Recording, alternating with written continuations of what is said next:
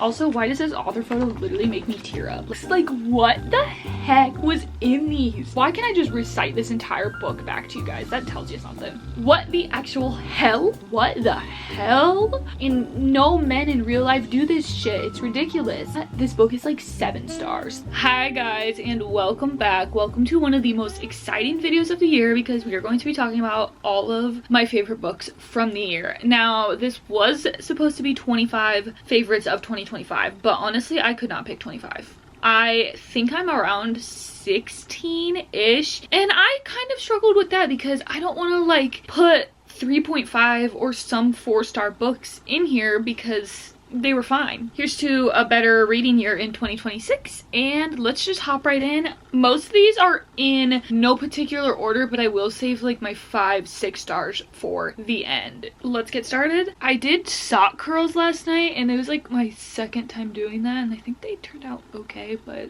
if my hair looks a little whack, that's why. Okay. Oh shit.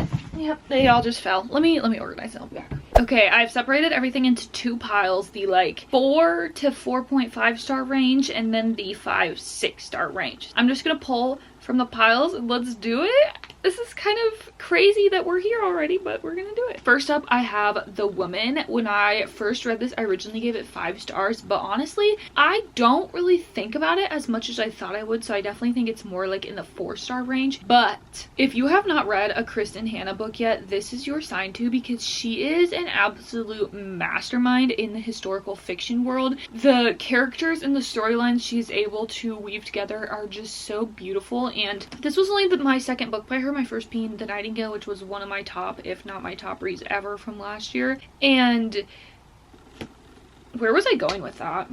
Oh, in both of those stories, I really also learned a lot about this time period, and I really liked that because in school, history was not my favorite subject, not my best subject, but this, although it is fiction, I was still able to grasp like common themes and things that happened during this time period, and it really was impactful for me. This follows our main girl, Frankie, and she enlists to become an army nurse, and basically, you are following her make that decision to her time abroad as an army nurse and all the things she sees, all the people she meets. And I really loved this story because it was so emotional and impactful, and it did such a good job of shedding light on the nurses during this time period and all that they sacrificed and went through. And I thought that that was so beautiful, and honestly, we see her through so many different years, and watching her grow and evolve during that time and how she actually ends up at the end of this book, it was so beautiful. Well, there were so many amazing themes in this book and so many amazing like side characters, little side plots going on, and I loved it so much. This was definitely a favorite of the year and one I would recommend to literally anybody, and I cannot wait to dive more into Kristen Hanna in the new year.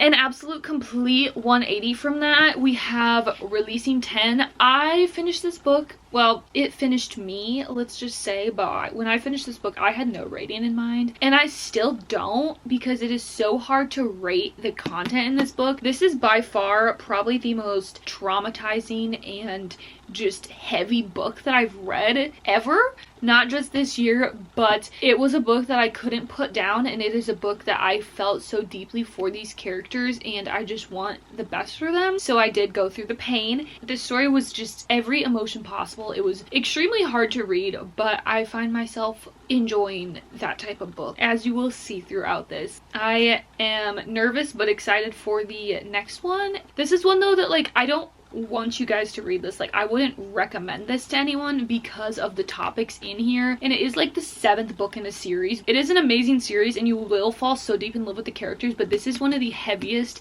series I have ever read. There is so many traumatizing topics talked about, like literally probably almost anything you could ever think of is in this series, so it's like I would recommend it because I feel like you will love it. You will get connected to the characters, and if you want like a book like this, like a deep upsetting book, this is a great series for that. But if you like are going into this thinking it's gonna be like a fun, you know, school setting with some sports romance, it is not that at all. But if you want to be traumatized but feel so deeply about characters, this is a series for you. This was definitely a standout of the year, especially after reading all the other books in the series too, then reading this. It is crazy and makes you look at everything else in a whole other light. Another book with some heavy topics in it, we have The Conditions of Will by Jessa Hastings. So this is a standalone book by her, and it was amazing. It was absolutely amazing. What I love about her is her writing. It is so beautiful, and just the way she can create characters is insane, because this book actually has a lot of characters. It follows our main girl Georgia, and she has multiple siblings, and then her parents obviously, and like her friends and other people, and she made you feel so connected to all of them in just this book. And that is so beautiful that she could get that done and make you care so deeply about this family and Georgia and everything going on in her life. So that is why I loved it so much. And again, there is heavier topics in this, so there is more depth to it. It's not just like a silly romance book. There is so much going on with all of the characters, honestly, and there's so much family drama too. So if you're interested in that, this book was just so bingeable. And again, Jessa Hastings, I just love her writing so much. And what really made this book for me is, if you've read Magnolia Parks and Daisy Hates, there is like one kind of brief reference about some of those characters, and when I read that, you guys, genuinely shock, so much emotion, because I mean, if you've read it, you know, but it was crazy. And that was honestly one of the highlights of the book for me, was that, and I miss those characters so much, and I just love Jessa Hastings' writing, so I'm so glad I got to read it again in this, and also a Magnolia Parks universe adjacent book. And then this was the year of the cowboy. I finished the Chestnut Spring series. I also read the first two, I think, books in the Done and Dusted series, and I had a blast. Honestly, when I first started this series, the Chestnut Spring series, I was not obsessed with it at all. I've read Flawless, the first book. Loki hated it. And then I read the second book, Heartless, and it took me actually a year to finish, because I just couldn't get into the story, and I'd read like one chapter and then I'd put it down for months and whatever. So I had a rocky relationship with this series. Once I picked up the third book, Powerless, I actually fell so deep in love with this world and these characters, and I really liked this one. That's why I chose it for this, because I loved Theo Silva in this, and actually I loved the trope of this, and just the way Theo acted. Like, he's very acts of service, will do anything for Winter, and I loved that. That is the dream, and I just loved how he was written in this, and I loved just watching his character growth, Winter's character growth, and I liked obviously seeing the side characters from the other books in this story. I think this is my favorite of the series, but Powerless is a really close second. I love them so much, and yeah. And then this was a recent read. If you guys watched last week's video, this is in it along with another book on this list, which is crazy that the two books I read in that video made it to this list. And it is like December. So this is Dark Matter by Blake Crouch. This is one of my first sci-fi books I have ever read, and it's safe to say I will be back for more. This follows our main guy, Jason, and basically one day he's just going about his life. He's literally just like on a walk home from the bar, and he gets kidnapped essentially. He wakes up in this world where it's an alternate universe where his life is completely different. He made completely different choices, and one specific choice that led him to where he's at in this alternate universe. I hope I said that right. So yeah, basically his life is completely different in this alternate world, and he's just this like renowned scientist, I want to say. This book just explored so many different themes of, if your life literally uprooted and completely did a 180, would you want to go back to your other one? Like, what are your priorities in life? Just the ending was so beautiful and just proves so much in what the important things are in life and what you are willing to do to get to them. And it definitely made me think about my life and put myself out there, I guess, and just try to work towards my dream life. This one was so beautiful. It was so touching, and I absolutely cannot wait to watch this show. And this book is literally like 300 pages, and I read it in one day. It was so fast paced. I was on the edge of my seat. I think this quote on the bottom describes it perfectly: a mind-blowing sci-fi slash suspense slash love story mashup. And I think that is the perfect description and really all I want in a book.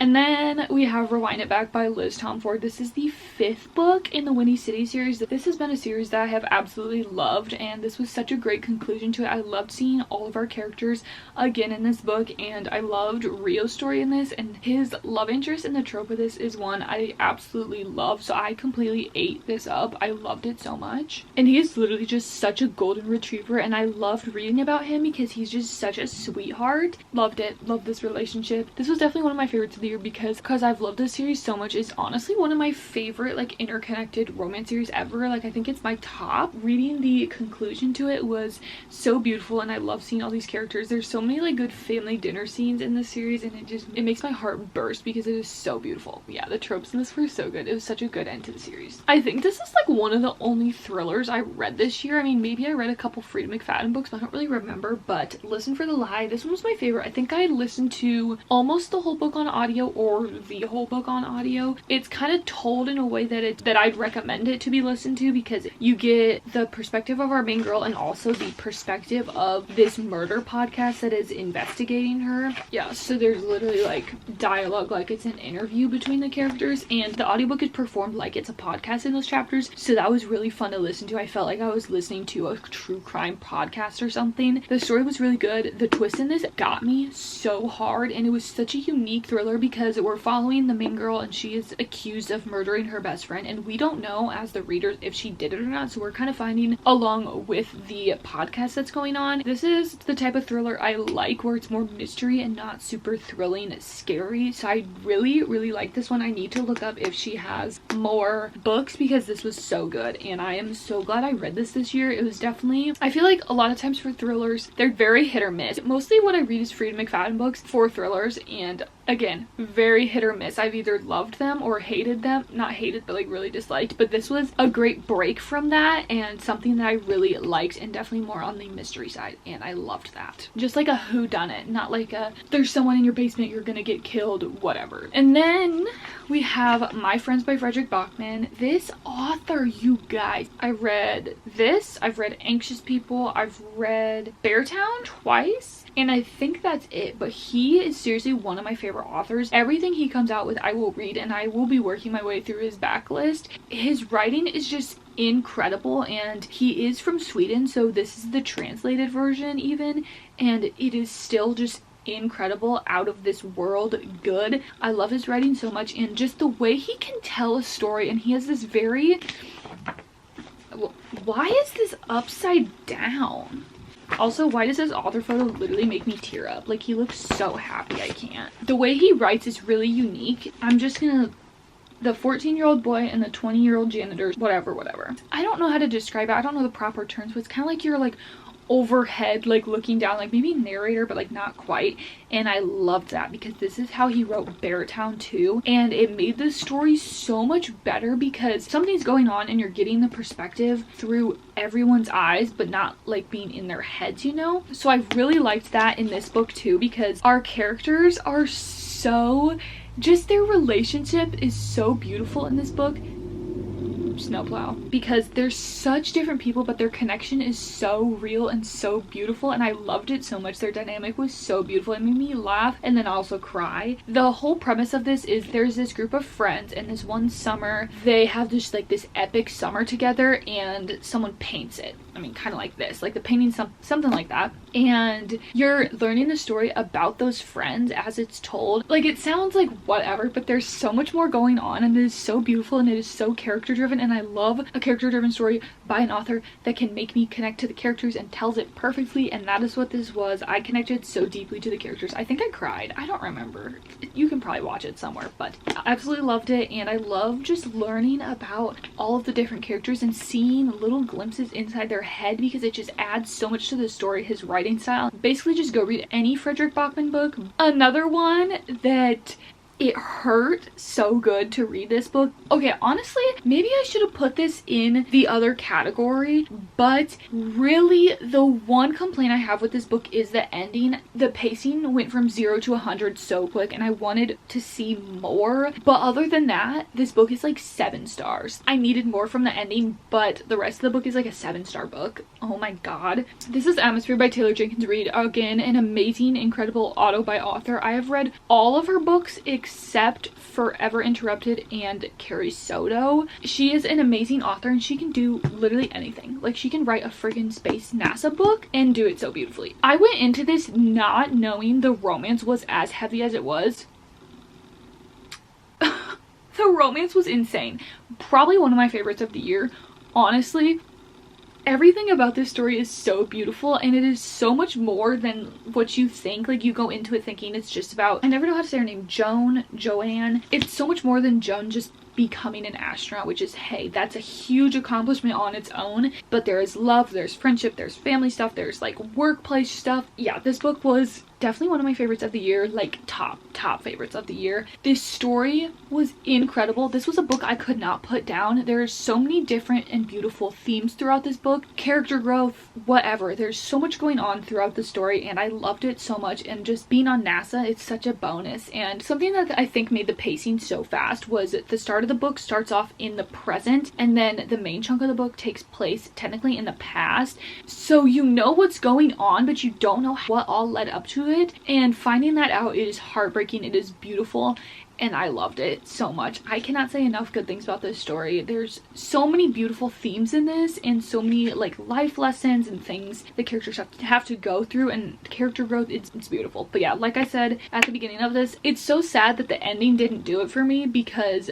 this seriously would be probably my #1 of the year if it would have done it for me, I guess. Like, I remember listening to the audiobook, I was so stressed. I was doing a puzzle and I was like trying to hold it together, but I was like crying, and then it ended and I was shocked. I was like, did I run out of audible hours somehow? Is this a thing? Because I'm confused on why the book ended. But it ended. So that is my one thing about this book, but please don't let that deter you from reading this, because you still may love it, and the build up and, you know, the 350 whatever pages before that are so worth it. I loved it. This whole year, honestly, looking at all of these books, it's really interesting. Oh my god, is there not a single fantasy on here? That's crazy. Looking at all of these books and just thinking about my reading taste, it is so interesting looking at this, because they're all like general fiction, whatever. Like, they're not what I feel like I normally read and like what's on my shelves. So that's really interesting, and I don't know, I feel like maybe I'm finding my reading taste. So that's great. Love it. Love it. So speaking of that, another fiction book that made it to this list is The Favorites by Lane Fargo. I think I read this in February, and it has pretty much stuck with me that entire time, because what the hell? I love a book where there is not just one thing going on. Like, I don't just want a fake dating trope. I want plot, I want romance, I want drama, I want family stuff. I want it, and this had it all. This had so much going on, because there was romance, there was drama, there was family drama, there was friend drama, there was just plot drama, and that is what I love in a book, where there is a nice balance of everything, and that is what this was. This follows two famous figure skaters, Katarina and Heath, and they're like such a powerful duo, and they are on track to go to the Olympics. So it's told interview style, kind of like Daisy Jones and the Six. So people say it's Daisy Jones and the Six x Magnolia Parks, and honestly, yeah. So it is interview style, and then you also kind of get Kat's perspective after that. So that was really fun to see what the world was thinking at that time of her and Heath, and then also jumping right into her perspective of like what really happened. But you're kind of like, you know, like what's true, whatever. This was incredible. I mean, again, so much just drama going on and so many different characters you're following, but the author did it in a way that they all made sense, and they all kind of came in at the right times. Like, in the interviews, someone would be talking and then someone else would come in and like say something, and it's like, oh yeah, actually we did need that there. It really just follows Heath and Kat's figure skating career, but it is so much more than that, so much more than that. And tell me why there was plot twist. There was plot twist. I was caught off guard with some stuff, and I was shook. Their relationship is more toxic, so it's not like a, you know, like a soulmate love story. It is more toxic. Go into that knowing that there's going to be flaws to each characters. I do really like that though, following flawed characters. Love this one. Can you see the stack yet? It's growing. Okay, and now we are entering the 5-star stack. This was kind of the last one on the 4-star stack, but it's like almost a 5-star. So we have The Academy by Ellen Hilderbrand. I was not expecting to love this as much as I did, but I think it's just that writing style that really does something for me. The kind of jumping around from person to person, getting like little snippets of what's going on and then jumping back. And you wouldn't think you'd connect so deeply to the characters from a writing style like that, but I connected more to them like that, honestly. It did take me 30-ish pages to get used to in this book, but once I did, I was hooked. I could not put this book down. It was so good. I feel like honestly this is one of those that the premise sounds kind of boring. It's just you're following some teachers, some faculty, and some students, and also some parents of this prestigious academy. It's called Tiffin Academy, and there's so much going on. So much going on under the scenes that you were trying to uncover. Literally every single character you follow has some huge secret, basically. It was crazy. Honestly, it was absolutely crazy. There's so much going on, and it was such a fun time and entertaining time. I could not put this down. It is going to be a series though, so there is some unresolved things that still need to happen, I guess. And I did not know that going into that. So I was a little disappointed finishing it with some open-ended questions, but knowing it's a series, I'm so excited for the next one. I kind of guess one of the main plot points is this new student comes to the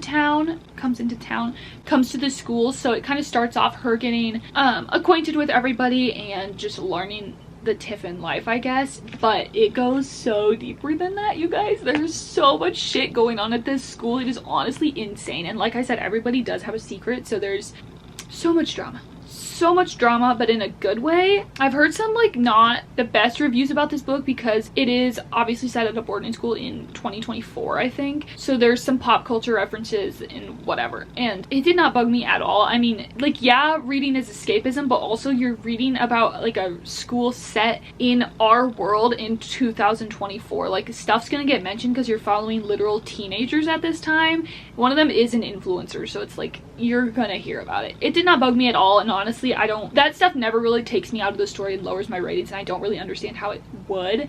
Yeah, love this so much. This is the 5-star stack, you guys. This is the favorites of the year. I don't have my copy of Sunrise on the Reaping, and I really freaking want it back, but I don't know if I'm ever gonna get it back.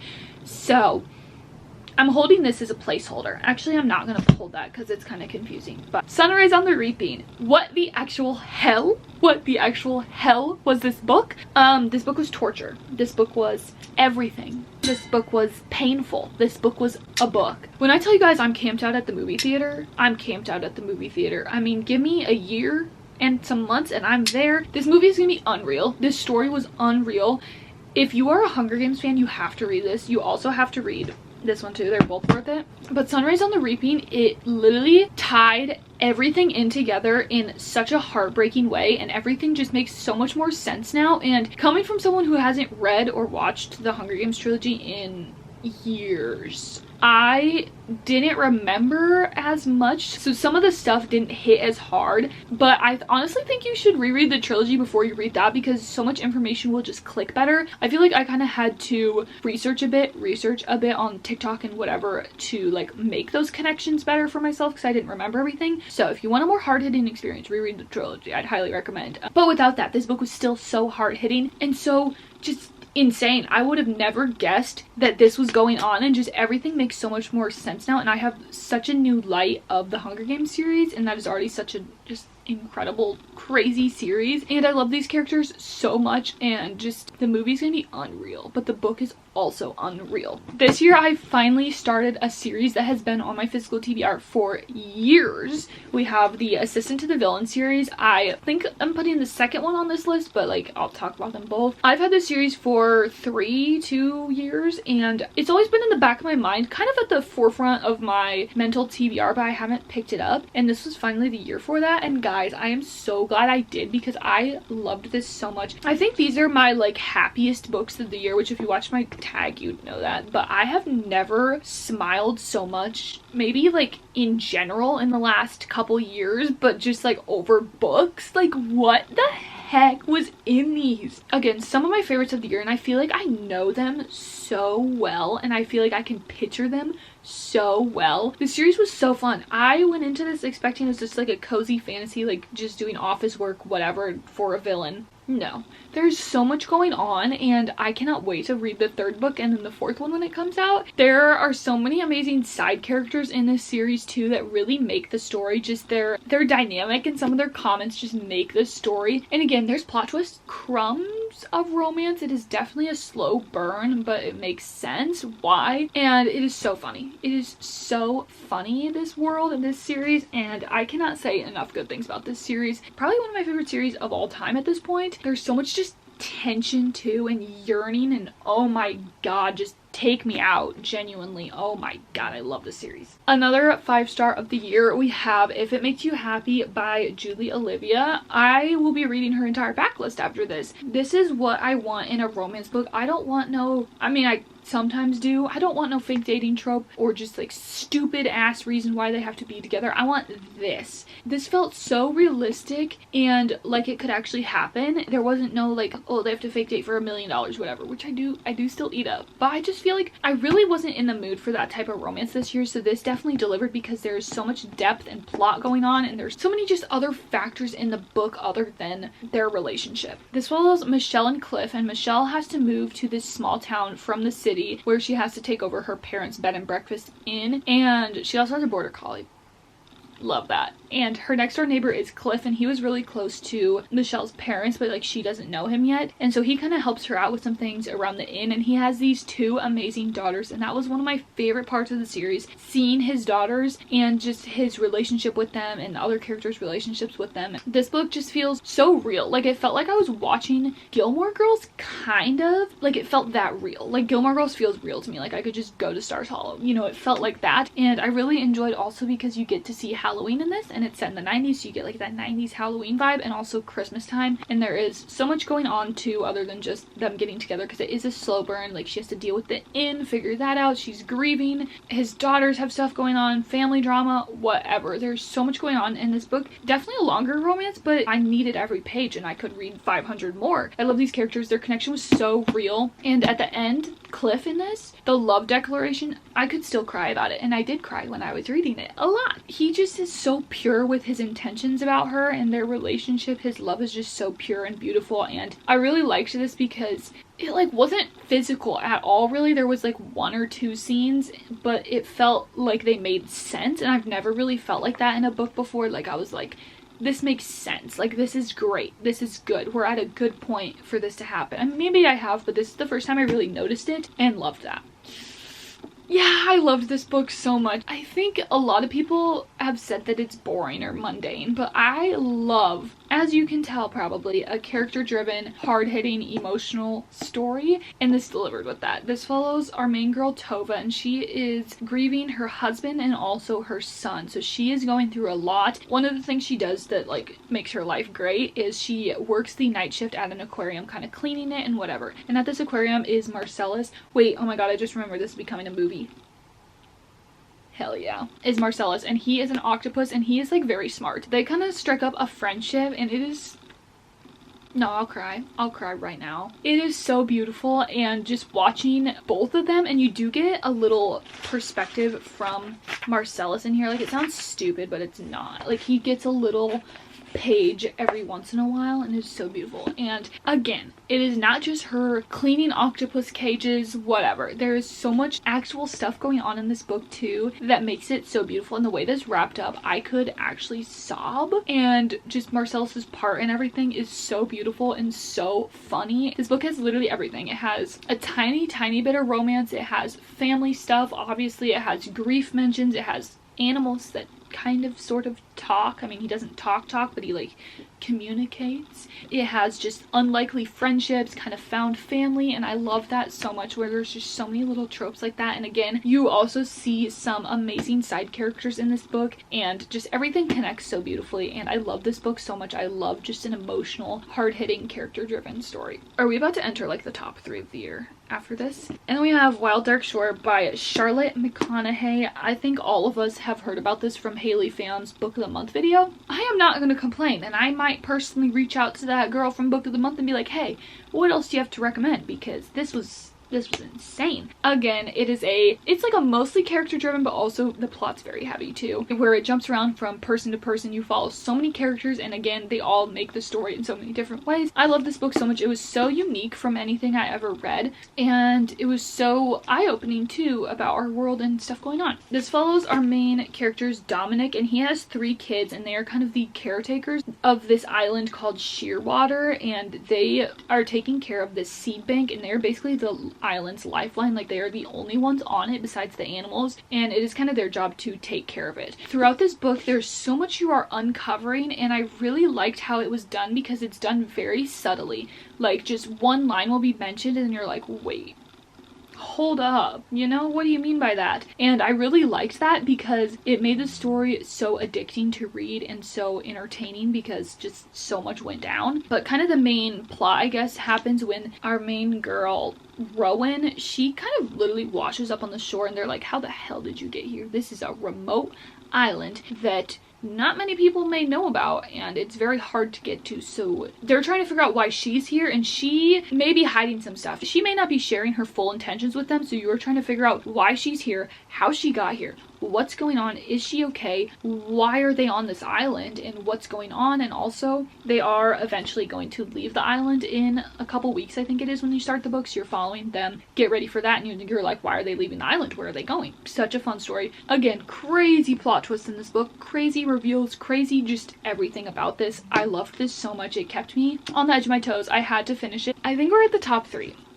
Number 3, I finished this last night. We have Project Hail Mary by Andy Weir. I was expecting to like this. I wasn't expecting to love it this much and connect this deeply to this book. If you guys watched the reading vlog, I went through all the stages of emotions with this book. It was insane. It's so fresh, so I'm like, oh my god, I'm gonna cry again. I feel like this is a book that everyone can enjoy, even though it is very science heavy. Take it from someone who did not do the best at science classes in school, but honestly, it made me feel interested in it, and it made me feel smart because some of the terms I recognized, and I was like, wait, I remember learning about that. And it's told in a very somewhat simple way where he tries his best to make you able to understand it, and I think he does a really good job in that. Like, I feel like I understood most of it. I mean, not like the specific details, but the overarching, like, how things worked, I guess, and what happened. And yeah, this book was absolutely beautiful. It follows Ryland Grace, and he wakes up on this spaceship in space, and he is on this mission to basically save Earth. And he doesn't remember his name, he doesn't remember everything, so you're following him as he's, one, trying to save the entire human species on Earth and basically the whole planet, and also trying to remember his past and how he got here. And I really liked how it was told because you slowly are getting reveals about his story until the end, and you don't have the whole picture until the end of the book basically. And I really liked how it was told in flashbacks, like they were just sudden, like they actually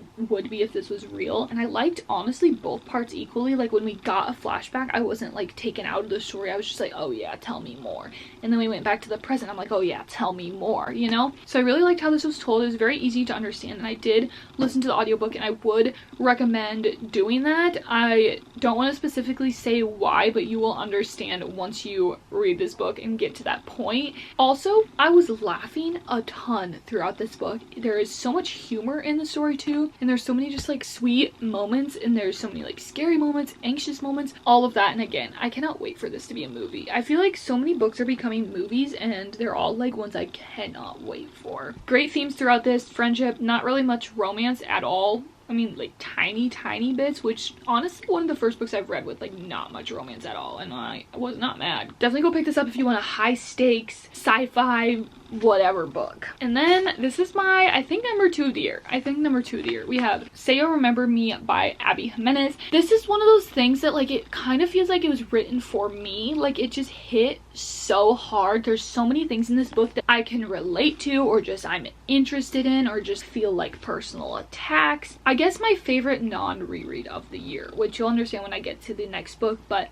this follows Samantha and Xavier. I never know if I'm saying his name right. Like that's one of those names that trips me up. Xavier or Xavier, I don't know. But he is a hot vet. He's a VILF, if you will. A VILF. And they meet one day because Samantha is bringing her cat into the vet, and they get off on the wrong foot with that, but they end up striking a connection, and one of them asks the other out, and they have this crazy first date at an escape room where they get trapped in it for hours upon hours on end. So they definitely form a connection there. But Samantha is leaving across the country to move to California to help take care of her. Why can't I just recite this entire book back to you guys? That tells you something. Anyway, she's moving to California to go there to help take care of her mother who has dementia. And so obviously they can't be together because he has a whole freaking vet clinic in Minnesota. But this is the epitome of if he wanted to, he would. And no men in real life do this shit. It's ridiculous. If he wanted to, he would. It's this book. They are able to form this